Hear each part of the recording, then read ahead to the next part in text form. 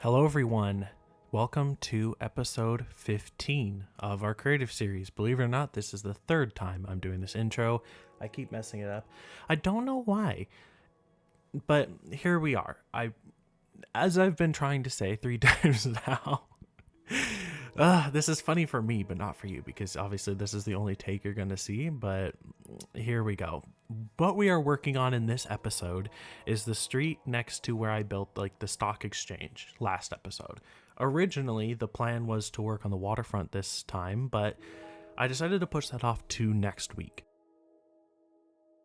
Another thing about next week, or should I say the week after next week, there's not going to be a video because probably the 2 weeks. So like next week, there should be episode 16, but like 17, when 17 would come out and the week after, so like not this next week, but the week after that and the week after that, probably going to be smaller, different videos that aren't creative episodes because I'm going to be off on a road trip basically for a week, and that's going to mess, and because it's like the middle of the week that I'm going to be gone, it kind of messes with like 2 episode schedules.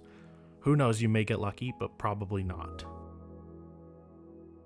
I do still want to do a video those couple weeks, or at least maybe a couple small videos. We'll see how it goes, but it's not going to be a creative series episode.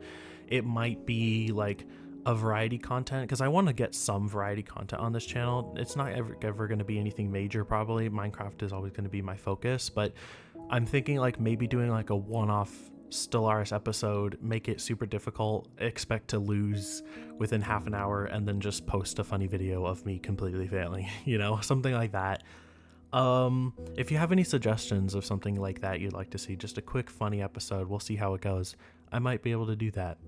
I do want to make a vlog because it's going to be a fun road trip going to Olympic State Park in Washington. So that's going to be fun. I'm excited for that. But yeah, I want to make a small vlog, so who knows? That may come out, that may not. Well, time will tell. I'll try to get footage, but if there's not enough recordings, then it's going to be a pretty sad vlog, so might not get anything out of that. But anyways, I hope you guys enjoyed this episode. I actually had a lot of fun building this time. Like I say every single episode, I'm proud of what I did this time, but this time I also just had like a lot of fun. The thing is, you may notice every now and then in these couple shots right there, you see to the right, there's planning that I did. Originally, the first build I was going to do in this episode was that, which you'll see later in this episode, but I kind of put it off because it's a very large build. It, in fact, takes up roughly half of the entire episode. As I'm looking at the timeline, well, more like a third of the episode, which is crazy. Like, that's a huge amount of time that I spent building that one structure, but it is very large and complicated of a build. Although not entirely complicated, more so complicated in Minecraft, trying to figure out how to get everything exactly right, because there's angles and circles and domed roofs, which is always difficult in this game, but I love it, and it came out so good. After I finished it, I was like sat around just taking pictures, and I was like, I love this so much. If you have seen my posts, which you should check those out, because I'm gonna try to start putting more sneak peeks of future episodes and things in YouTube posts, because I've linked my Instagram now to my YouTube page, but I haven't done anything on Instagram in quite a few months at this point. I haven't used it forever. I ended up turning my profile private at one point too, because there was just so many bots on Instagram. It's just annoying to see, like, go on Instagram and every notification is a new bot is following your page, and I'm like, this is so stupid. Why am I on here? There's, I feel like YouTube posts, I don't get any interaction whatsoever. So, but hey, that's better than having bots interact, because that's just sad. But either way, I've been trying to post like a few things, and I did post yesterday, 2 days ago, I don't know, some amount of time ago. I posted a sneak peek for that build, and it's just like the little top, it's a little bit off the top, and you can tell I was just so happy with that building. I think it came out great. I love the style. It speaks to me as something that you would read about existing but has been torn down in real life, but Here in Minecraft, we can build whatever we want, so I can preserve historic architecture and pretend, for a second that we wouldn't tear buildings like that down in real life. Even though we did, which is sad, but that happens. Not to say that that's okay. I do think that we've had a problem, not just in America, but in the world, of destroying history for progress and kind of destroying our own cultures. All across the world, really, every culture has been destroying itself in order to seem new and fresh and the next big thing. But I think in the end, all we've done is everything in the world looks basically the same. It's kind of sad. I think everyone can attest to this, that it's nice. I mean, think of it this way. When you go on vacation, you don't want to go on vacation to a Walmart. No one goes on vacation to a Walmart. Like, if I were to visit London, that would be awesome. But if I were to see London, I wouldn't go to like a Tesco, because it's like a big box grocery store. Why would I do that? What I want to see is things that I couldn't see in my own place, like the Natural History Museum or Buckingham Palace, in a sense, places of culture, true culture. I'm not going to go see, this or that random suburban home. No, if I wanted to look at suburban homes, I could just, look literally out my window. Like, I don't care. What I want to see is something new, as something that's different. I want to experience other cultures in that way. And I think everyone can attest to that, right? And the sad thing is, though, that a lot of places around the world have kind of slowly eaten away at their culture to try to fit in, so to speak, with the norm, which is sad. We could wish that it would be different, but that isn't always going to make it so. But hey, bringing it back to Minecraft, Minecraft, you can do anything, so why not add a little bit of culture into it? Pretend for a second that we didn't cannibalize our own cultures. It's nice pretending. But anyways, like I was saying, I'm really happy with the builds in this episode. I think they all came out relatively strong. Even the more simple ones, I think, really fit the street well. I wanted to do more for this episode, but surprisingly, I ended up actually being kind of busy. I didn't think I would be this last week, but I had a lot to do, especially in preparation for the road trip. I still have to take my car in and get my windshield wipers replaced, because at the moment I'm having to borrow someone's car anytime it rains, because they do not work. Yeah, no, they're not great, and you can't see. And of course, when you're traveling to Olympic State Park, you should probably have windshield wipers that work. Seattle is kind of known for the rain. Hopefully it won't rain too much, though, because we're planning on doing hiking, so I'm going with my sister. So yeah, hopefully not too much rain. Crossing the fingers, because it would be kind of sad if it rained the entire time. But we're going in the first week of June, so not too bad, I should hope. But moving on to the thing we do in every episode now, recommendations. Hopefully you guys have been actually appreciating the recommendation portion. You have to let me know.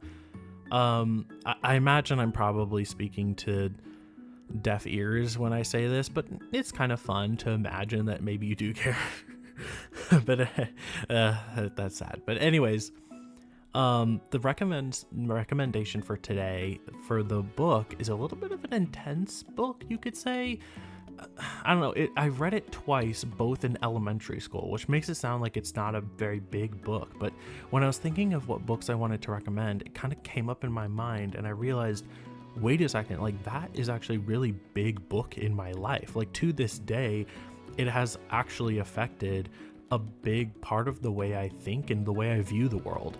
It had a huge effect on me growing up. And so, especially because I read it twice, and so why not recommend it here, right? Because the whole point of this is that I want to recommend books that I genuinely think would be good to read. And I think this is a great book that everyone should read. That's probably why they had us read it in elementary, And that book is Roll of Thunder, Hear My Cry by Mildred D. Taylor. Came out in 1977. So a relatively old book nowadays. It's a book that you should just read. Anyone, you should read it, especially if you're American, because its subject matter is Jim Crow era, right? The like in the civil rights movement kind of era, right? The 50s and 60s, back when we had segregation in America. But it's such a good book. At least for me, it really helped me understand that time period better, because obviously as someone who never lived during that time and who lives in an area where that's like not really talked about very much, I guess. It was just, I don't know, it was a very influential book in my life, and it like helped me see things a lot better. I remember being a kid and reading it and being like, wow, this is scary. Like, this is a scary time, and it helped me better understand what that would have looked like. And I think it's just an important read for anyone trying to understand that part of history. Again, especially if you're an American, but really anyone in the world trying to understand that kind of history. Like, what, what was it really like? It wasn't great,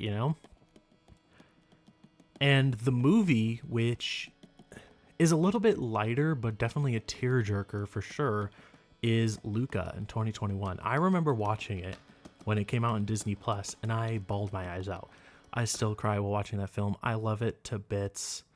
It has to be one of my favorite Pixar movies, along with Wall-E.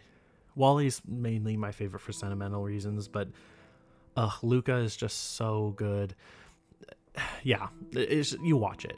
Read Roll of Thunder, Hear My Cry, and watch Luca. Both of them are great, but especially read. This is particularly one time where I would say the book here is like, you should read this. Like, genuinely, I think you should read this.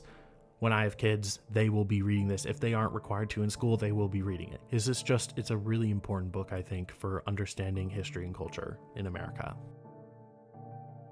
With that said, I'm going to let you guys go to music for a little bit, and I'll catch you later on. I might have more to say before the end, or it might just come to the end. I don't know yet, but I'm going to leave you there for a little bit, and we'll see, and I'll see you when we come back.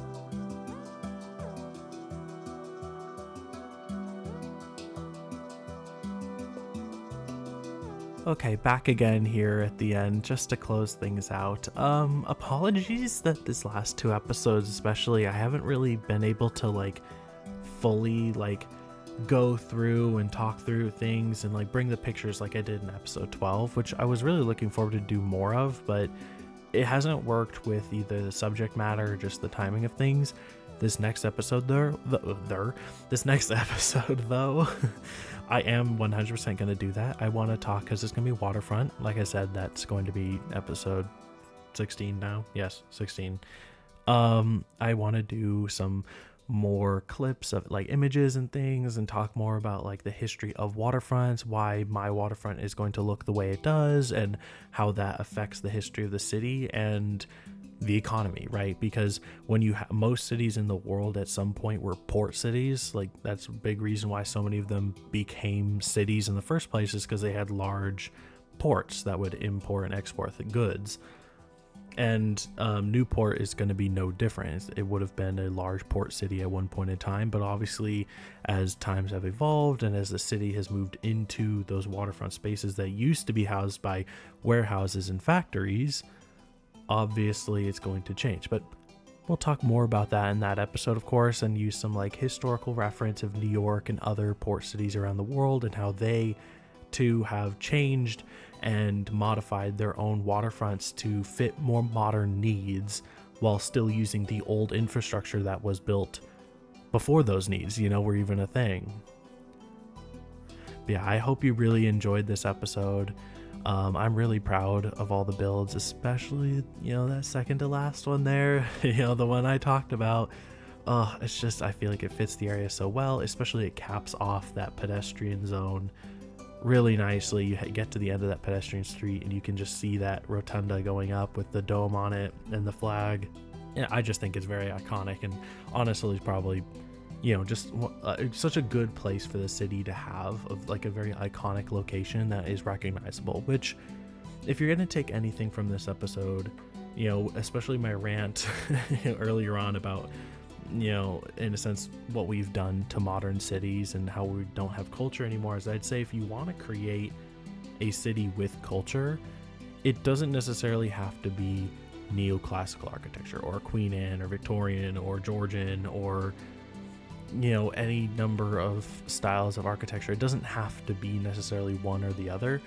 I would just say, in order to have a good culture or a culture thought out for your city, you need to think like, okay, you need at least one piece of unique, identifiable architecture, right? Whether it be the Burj Khalifa in Dubai or, the Empire State Building in New York or the Space Needle in Seattle, right? You need a piece of architecture, or like the CN Tower in, Toronto?